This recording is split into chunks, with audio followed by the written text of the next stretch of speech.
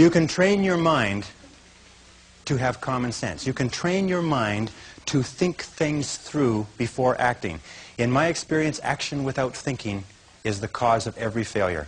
Action without thinking is the cause of every failure. And common sense comes from taking the time to think things through before you act. Listen to your intuition. Your intuition is one of the best guides that you possibly have. You know from some of the other work that we've done is that each person has inside them an intuitive sense which will always give you the exact right answer for you. They've done some studies between men and women. When they test women's intuition, you've heard of women's intuition, everybody's heard of women's intuition, they find that when you give men and women tests and they're asked to answer on the basis of their intuition, men's intuition is equally as accurate as women's intuition.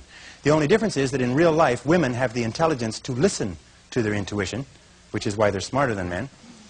And men do not listen to their intuition. Instead, they override their intuition because they're trying to get something they want the fastest and easiest way, even if their gut feeling says don't do it. Has anybody here ever gone against their intuition and had it work out? No. Your intuition will always give you the most accurate answer for you. It's almost like an inbuilt computer that will take all of your life experience and knowledge and everything going on around you and give you exactly the right answer. So listen to your intuition. Learn from your setbacks. This is one of the characteristics of high-performing men and women, is that every single time they have a problem or a difficulty, they sit back and they dissect it and they learn everything possible from it.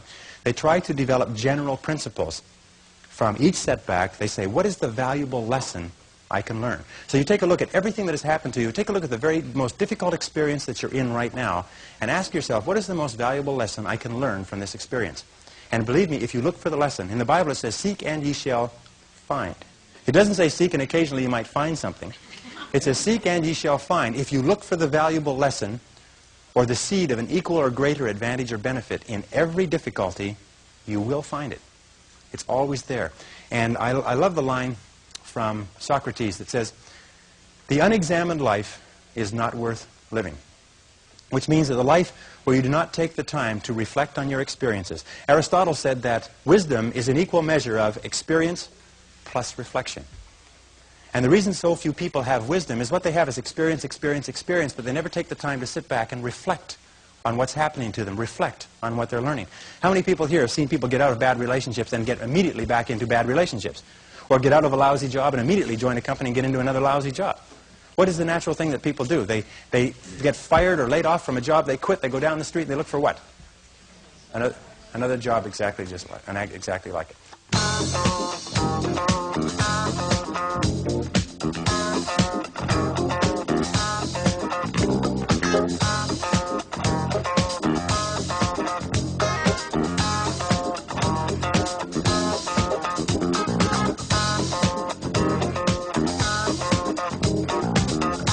Number 5, C, is creativity. Tap your creative potential. Accept the fact that every single human being is a genius, and all successful men and women are creative. They're creative in that they respond to their world differently. They ask questions. They're flexible. They're curious. You know what the hallmark of creativity is? Curiosity. The hallmark of ignorance and stupidity is the cessation or stopping from asking questions. And I've worked with some of the brightest men and women in this nation, and I find that the smartest people of all, the ones that have the greatest education and the most experience, are the ones who ask the most questions. They ask questions almost as if they were children, but they never stop asking questions. They're very open and flexible, and they have the ability, once they learn a new piece of information, to drop what they're doing if the new information contradicts it and do something else. Do you know what most people do? Most people keep on doing what they're doing until they run into a wall. As they say, the more you do of what you're doing, the more you'll get of what you've got. Someone pointed out to me not long ago, and I think it's very true, is that all changes in our life come with the input of new information. That if we do not have new information, we keep on doing the same thing forever as the result of inertia. And creative people are always looking for faster, better, easier, cheaper, newer ways to do things. Remember, 80% of everything that we are doing today in our general business will be different 5 years from now. 80% of the products that we use, the food that we eat, the cars we drive, the music we listen to, the movies we go to, even the streets we drive on, 80% of everything will be new in 5 years. That's how rapidly things are changing. According to the research, all you need is an idea that's 10% new to start a fortune. An idea that's 10% new. As a matter of fact, an idea that's more than 10% new is probably too new for the average consumer to accept it. An idea that's 10% new. Interesting point. The single greatest source of self-made millionaires in America, do you know what industry it is? Can you guess? wouldn't believe it. Dry cleaning. Dry cleaning shops is the greatest single source, one industry that's contributed more self-made millionaires than any other industry. Dry cleaning shops. Now the key to this, if you want to become wealthy, if you want to be, I'm going to tell you something, that if you want to be wealthy in life, if you wish to become very wealthy, if you wish to become even a millionaire, you can do it if you're willing to pay the price. But most people become millionaires by offering a good or service that people use all the time, and they offer it just a little bit better. They do it just a little bit faster. They put a little bit more grace or finesse into what they're doing. They handle it. They wrap it. They are more polite. The restaurant that has people coming back to it may have food that's only 5% different, but it's the way the people handle it that's so different. You can do anything you want in life. All you have to do is find an idea that's 10% new. And you'll find it if you flood your mind, read magazines, read books, ask questions, ask why people are doing things the way they're doing. I was talking to a man not long ago who made $1 million in Chicago, and he made it laying bricks. And he never laid bricks in his life. But he went to a union bricklaying job, a large building downtown, and he asked them why they were laying bricks like that and why half the men were sitting around. They said, well, that's the way we always lay bricks. He said, well, how come all the men are sitting around? They said, well, because they have to lay the corners first, and then the men fill the bricks in between. He said, why can't they lay the corners and the walls at the same time? He said, we just don't do it that way. So he sat down, knew nothing about construction. He sat down, he came up with a system that enables you to build the center of the wall and the corners simultaneously. And then he bid on construction jobs. And he could bid 40% under any company using the old method. And within a year, he'd made over $1 million in construction. He had half the construction in Chicago a few years ago.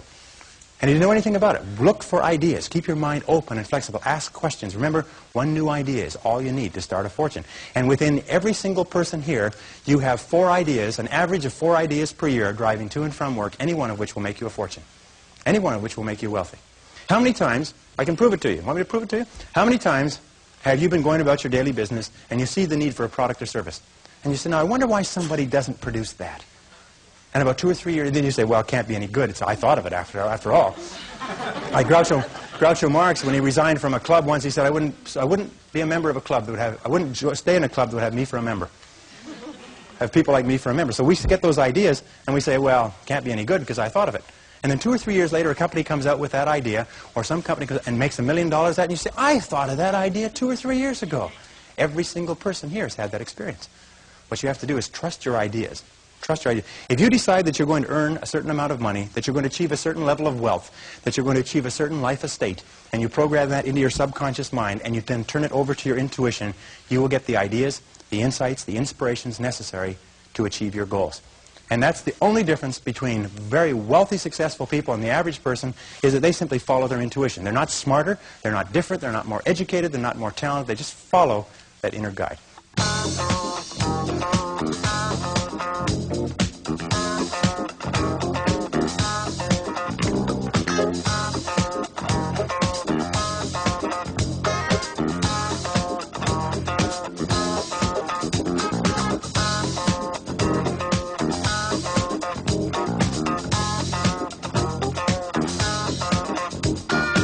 Next is consideration.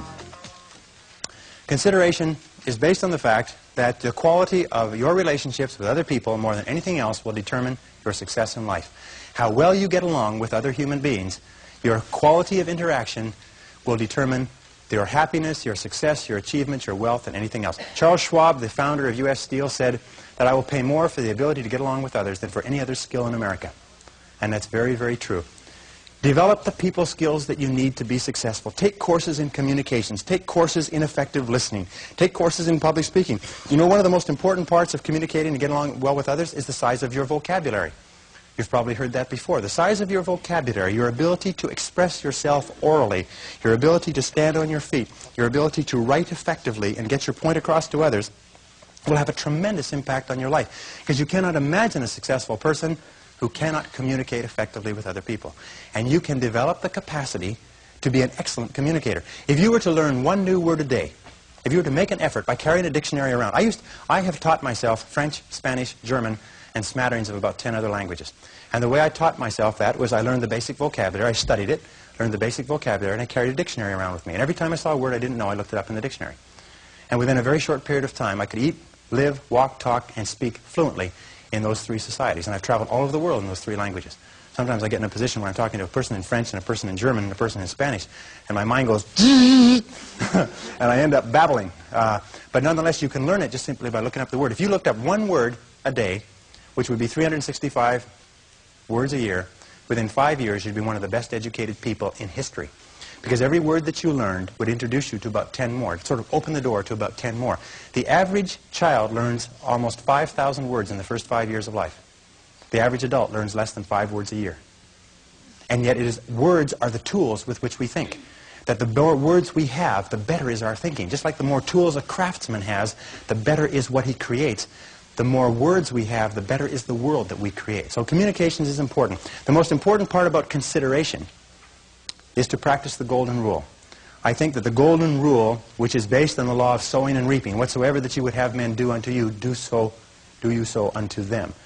You get out of life exactly what you put in. What you sow in your relationships, you reap in your relationships. The golden rule